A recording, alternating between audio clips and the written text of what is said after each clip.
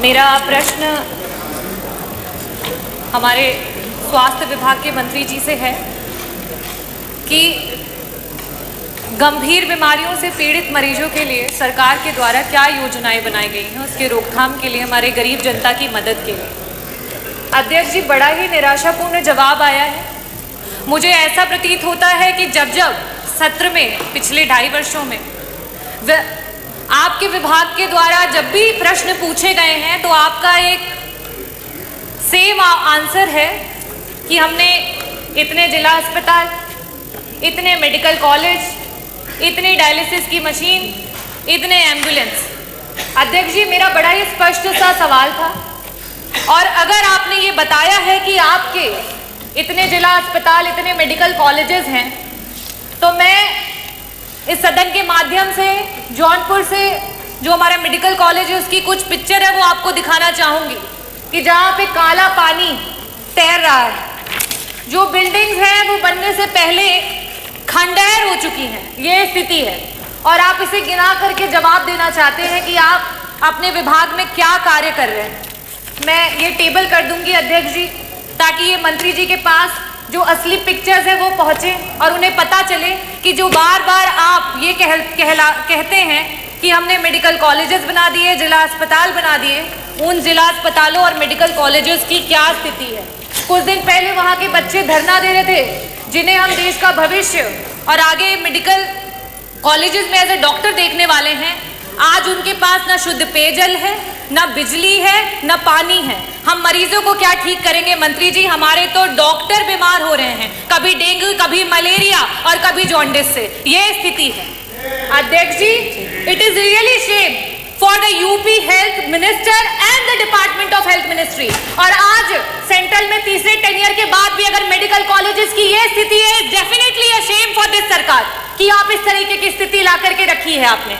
अध्यक्ष जी, जवाब में इन्हें ये देना चाहिए था कि गंभीर बीमारियों के लिए जो हमारे डॉक्टर्स होते हैं, चाहे वो पैलिएटिव मेडिसिन के डॉक्टर्स हों, चाहे आपके ऑन्को सर्जन्स हो, ऑन्कोलॉजिस्ट हो, गायनेकोलॉजिस्ट हो, न्यूरो एनेस्थीसिया डिपार्टमेंट के डॉक्टर्स हो, चाहे आपके कार्डियो सर्जन्स हो, सीटीवीएस के सर्जन्स हो, आपने कितने डॉक्टर्स को बढ़ा, कितने डॉक्टर्स को आपने बढ़ाया? आज पेशेंट्स के अनुपात में आपके पास कितने आईसीयू के बेड्स हैं, कितने वेंटिलेटर्स हैं? अगर ये जवाब आता तो वाकई मुझे लगता कि आपके विभाग को कोई जानकारी है और सही में आप सरकार की और जनता के लोगों के लिए कुछ काम कर रहे हैं। अध्यक्ष जी, मैं वापस से अपने प्रश्नों पे आऊंगी कि मंत्री जी, सिर्फ और सिर्फ आपसे 2 प्रश्न हैं और उसके उत्तर गोल गोल ना घुमा करके सीधी तरीके से बस बता दीजिए कि आज उत्तर प्रदेश कैंसर जैसी बीमारी में देश में टॉप कर रहा है। ये प्रदेश आज इस समय वर्तमान में 2024 में हमारे पास कैंसर के 16 लाख मरीज हैं और हर वर्ष 2 लाख मरीज आपके बढ़ते चले जा रहे हैं। और इन गरीब मरीजों के पास ना तो पैसा है इलाज कराने के लिए और ना अस्पतालों में बेड्स। इन परिस्थितियों में अगर वो मरीज किसी प्राइवेट अस्पताल में जाता है, बड़ा बड़ा एस्टिमेट मिलता है। क्या सरकार कैंसर के सारे उत्तर प्रदेश के मरीजों को उनका जो एस्टिमेट जहां से भी बन करके आता है उसका एक मुश्त में पैसा उपलब्ध कराएगी कि नहीं कराएगी? मेरा दूसरा सवाल है मंत्री जी कि आज जब आपने जवाब नहीं दिया कि आपके पास सुपर स्पेशलिटी के डॉक्टर्स कितने बढ़ गए हैं, पेशेंट्स के अनुपात में वेंटिलेटर और आईसीयूज कितने हैं, तो इन परिस्थितियों में जितने भी आपके प्राइवेट उत्तर प्रदेश के हॉस्पिटल्स रन कर रहे हैं जहां पे वेंटिलेटर्स और आईसीयू की सुविधा उपलब्ध है, उनको पीपीपी मॉडल पे, सरकार तो पीपीपी मॉडल पे बहुत काम कर रही है, जगह जगह पर आप इसके बारे में एडवर्टीजमेंट्स करते रहते हैं। तो आईसीयू और वेंटिलेटर, क्योंकि ये ऐसे मरीज होते हैं, ब्रेन हैमरेज के मरीज होते हैं, इनके पास समय नहीं होता है। मंत्री जी, अगर एक्सीडेंट हो गया, आज बीपी बढ़ गया और ब्रेन हैमरेज हो गया तो तुरंत उसका ऑपरेशन होना है, लेकिन उनके पास पैसा नहीं होता ना वेंटिलेटर पे देने के लिए, ना उन वेंटिलेटर्स पे रहने के बाद। तो मैं आपसे अनुरोध करना चाहूंगी कि पीपीपी मॉडल पे जितने भी हमारे प्राइवेट हॉस्पिटल्स हैं उनको ऐड करते हुए हमारे मरीजों को मुफ्त में इलाज और समय पर इलाज दिलाने के लिए क्या सरकार काम करेगी? बहुत बहुत धन्यवाद। माननीय मुख्यमंत्री जी, बहुत अच्छा। आपका जो सवाल था कि उत्तर प्रदेश सरकार गंभीर बीमारियों से पीड़ित मरीजों की मृत्यु दर को घटाने के लिए क्या काम कर रही है, हमने इस संबंध में स्पष्ट जवाब दिया है कि उत्तर प्रदेश सरकार ने अपने डिस्ट्रिक्ट हॉस्पिटल्स के माध्यम से, टर्शरी केयर के हॉस्पिटल्स के माध्यम से लगातार उच्च कोटि की चिकित्सा व्यवस्था देने का काम किया है। जहाँ तक गंभीर मरीजों के धनाभाव का सवाल है, इसके लिए माननीय प्रधानमंत्री जी की दुनिया की सबसे बड़ी योजना आयुष्मान भारत उत्तर प्रदेश में लागू है। और मैं सदन को बताना चाहता हूँ कि पूरे भारतवर्ष में उत्तर प्रदेश नंबर 1 पर है आयुष्मान भारत कार्ड बनाने में। और हमने सरकारी अस्पतालों के साथ साथ प्राइवेट अस्पतालों को भी उसमें चिन्हित किया है, रजिस्ट्रेट किया है, वहां भी हम निःशुल्क इलाज दे रहे हैं। सबसे बड़ी बात यह है एम्बुलेंसेज के बारे में, हमारी 102 एम्बुलेंसेज और 108 एम्बुलेंस लगातार काम कर रही है। 2200 एम्बुलेंस हमारे पास 108 की है, 2270 एम्बुलेंस हमारे पास 102 की है।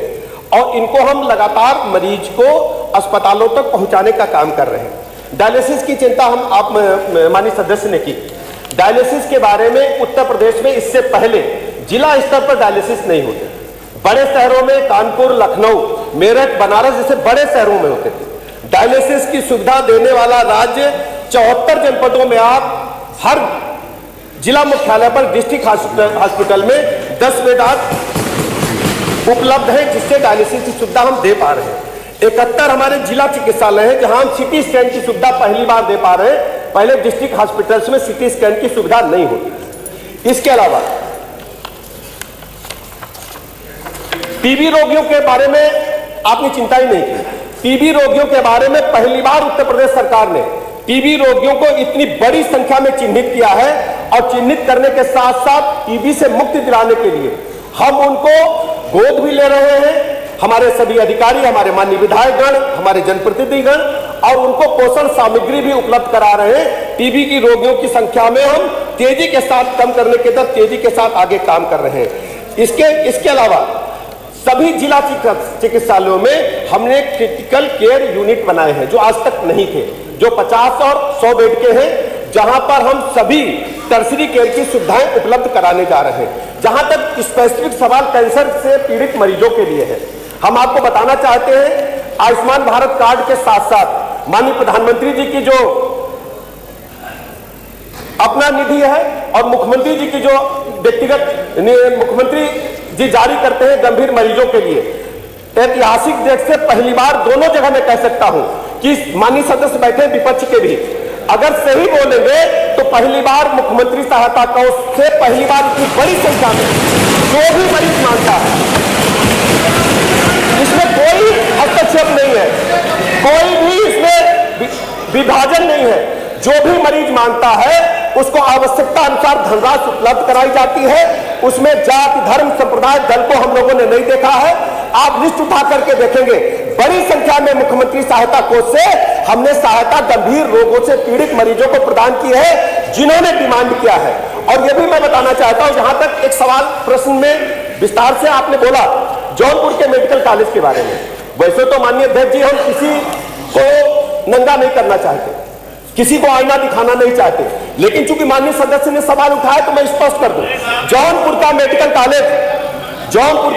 कॉलेज समाजवादी पार्टी की सरकार में बनना शुरू हुआ। आप सुन लीजिए पूरी बात, सुन लीजिए अध्यक्ष जी। उत्तर जौनपुर का मेडिकल कॉलेज सुनिए।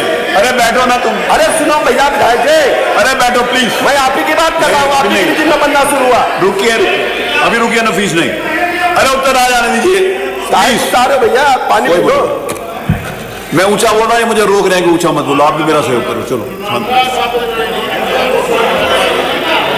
देख लूंगा, वो अनुचित होगा तो अच्छा मैंने तो निकाल दिया जाए, उसको निकाल, उसको निकाल देंगे। अध्यक्ष जी, जौनपुर का मेडिकल कॉलेज भाई साहब लोगों की सरकार में बनना शुरू हुआ और उसमें टेंडर मिला टाटा कंपनी को। टाटा कंपनी के अधिकारियों को जबरदस्ती बलात् एक व्यक्ति को इन्होंने काम दिला दिया और वो भगोड़ा साबित हुआ, भाग गया और काम की गुणवत्ता को पैसे लूट करके खा गया। उसकी जांच चल रही है। यही लोग बनाने वाले हैं, यही लोग बनाने वाले हैं। जब आप एक उंगली उठाते तो 3 उंगली तुम्हारी तरफ उठती है। भ्रष्टाचार की जननी रही है। पहली बार भारतीय जनता पार्टी की सरकार में स्वास्थ्य सेवाएं उच्च कोटि की हम लोग प्रदान कर रहे हैं। समाजवादी पार्टी की सरकार में क्या होता था? अध्यक्ष जी, पहली बार मैं बता दूं, पहली बार, चूंकि माननीय सदस्य स्वयं चिकित्सक है, माननीय सदस्य स्वयं चिकित्सक है, एक बात साहब सुनिए, आप जो चिकित्सक है समझ पाएंगे, जो जांच भी कराएंगे और जेल भी भेजेंगे, कोई बचेगा नहीं भ्रष्टाचारी। अध्यक्ष जी, माननीय सदस्य स्वयं चिकित्सक है, पूरे भारत के इतिहास में पहली बार हो रहा है कि हम विशिष्ट श्रेणी के चिकित्सकों को 5 लाख रुपए तक रिवर्स बिडिंग से दे रहे हैं, आज तक इतिहास में नहीं हुआ है, पहली बार हो रहा है। नहीं नहीं नहीं, आपको इजाजत नहीं है, प्लीज बैठिए। तूफानी जी बैठिए, ठंडा पानी पियो। मिस्टर तूफानी आप बैठिए, आपको इजाजत नहीं है, नहीं किसी को कोई इजाजत नहीं, आपको भी नहीं है, उत्तर आ जाने, आप संतुष्ट हो या ना हो। आप नहीं, तूफानी जी जो कुछ भी तूफानी जी कह रहे हैं नहीं लिखा जाएगा, बैठिए तूफानी जी, नहीं है, आपको इस बात की इजाजत नहीं है, you are not allowed to speak, जो कुछ इन्होंने बोला नहीं लिखा जाएगा, ऐसे नहीं है कि कोई भी बीच में खड़ा होकर बोलना शुरू कर देगा। डॉक्टर रागिनी बैठिए, जिनका प्रश्न है बस लास्ट प्रश्न वो पूछेंगे बस। अध्यक्ष महोदय, मैं दोषी मंत्री जी को नहीं ठहराऊंगी, क्योंकि director general of medical education एक समय था कि एक डॉक्टर को नियुक्त किया जाता था उस पद पे, क्योंकि आज अगर इस सरकार को लगता है कि गूगल खोल करके आप डॉक्टर बन जाएंगे और आपको इस विभाग के बारे में A to Z सब पता चल जाएगा, तो ये आपकी गलतफहमी है। Director general of medical education जब तक एक डॉक्टर नहीं होगा तब तक उसे पता नहीं चलेगा कि आपकी स्वास्थ्य व्यवस्था कैसे ठीक होगी। और आज सिर्फ मरीजों का नहीं, डॉक्टरों का भी बहुत बुरा हाल है आपकी सरकार में। और प्रश्न क्या आपका? प्रश्न ये प्रश्न पूछना चाहूंगी कि क्या सरकार डीजी अम्मी के पद को चेंज करके IAS ऑफिसर से हटा करके एक डॉक्टर जो उस विभाग के बारे में पूरी जानकारी रखता हो उसको वहां पे बिठाएगी या नहीं बिठाएगी? अध्यक्ष जी, सवाल तो ये स्वास्थ्य विभाग से इन्होंने लगाया है, सवाल इन्होंने चिकित्सा शिक्षा का पूछा है, लेकिन फिर भी मैं बता देता हूं, उत्तर प्रदेश सरकार ने कैबिनेट से पास किया है और इसको हमने निर्णय लागू किया है, उसके अच्छे परिणाम